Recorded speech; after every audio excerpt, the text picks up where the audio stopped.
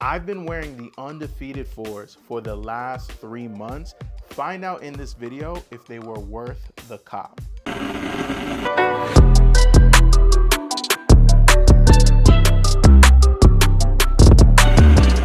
How we doing, everybody? It's your boy Mike. Welcome to the Soul by Soul YouTube channel. We really appreciate all of you viewing today. On the channel, we talk about sneakers, we talk about the culture, and then we build a community with all of you watching. You can also follow us on Instagram if you type in @_SoulXSoul. The Undefeated 4s were a must cop for me this year because I would have never imagined that they would re-release this sneaker after 20 years.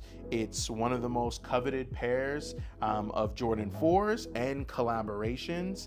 And I would say just off principle, I needed to see these in hand. And I'm gonna tell you guys what I think of 3 months wearing this sneaker. So the Undefeated 4 re-released on August 28th. It was on the Nike sneaker app.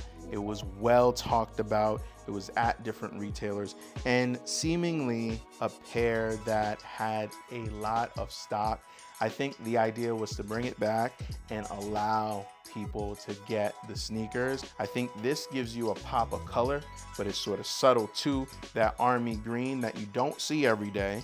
And I think that's why this pair was made so infamous when it first released, but I think it just holds up well with a variety of weather conditions. I chose to go with the black lace. I feel like that also helps it.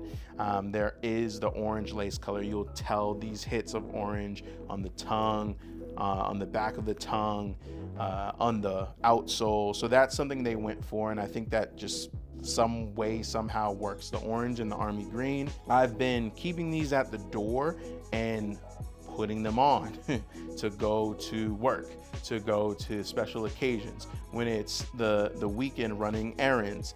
And what I felt, although these are Jordan 4s and not the most comfortable sneaker in terms of actually holding up, they've done good. You know, you see a little creasing right now on the toe box. That's happening with both pairs. So much where it makes some changes to the material and the overall shape of the pair. I think we're doing pretty good on the outsole check. If you take a look at that, although this is a hot item in the sneaker world, I still believe in wearing your kicks, man. So I've been putting a little bit of mileage on these. When I think about Jordan 4s, I think that Nike should really invest in and think of updating the technology within it. Something like what they did with the Air Jordan 4 SBs. I've had that pair. They felt more comfortable than the traditional 4s. So to me, it's like you're paying over $200. Why isn't that technology really where it needs to be?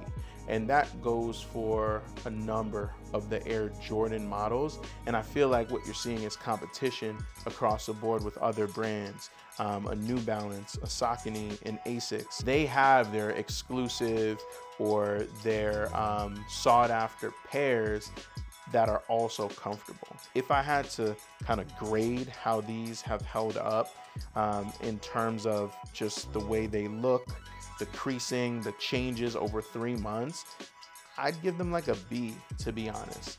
When it comes to, is this the pair I'm choosing to wear over others? That's unfortunately not so high. You know, that would be like, I don't know, a D+, just because they're not the most comfortable pair. The exclusivity and kind of the lore and the storyline of what Undefeated and Nike and that partnership meant and still means, I would say get the pair. Off of, if you really look at that and you're like, that don't matter to me, I just want comfort, then you might want to question it. I think they still look nice aesthetically, but in terms of like, I want a comfort shoe, this is not the pair. Let us know in the comments what your honest opinion is about the Undefeated Air Jordan 4. Is this a pair that you went for?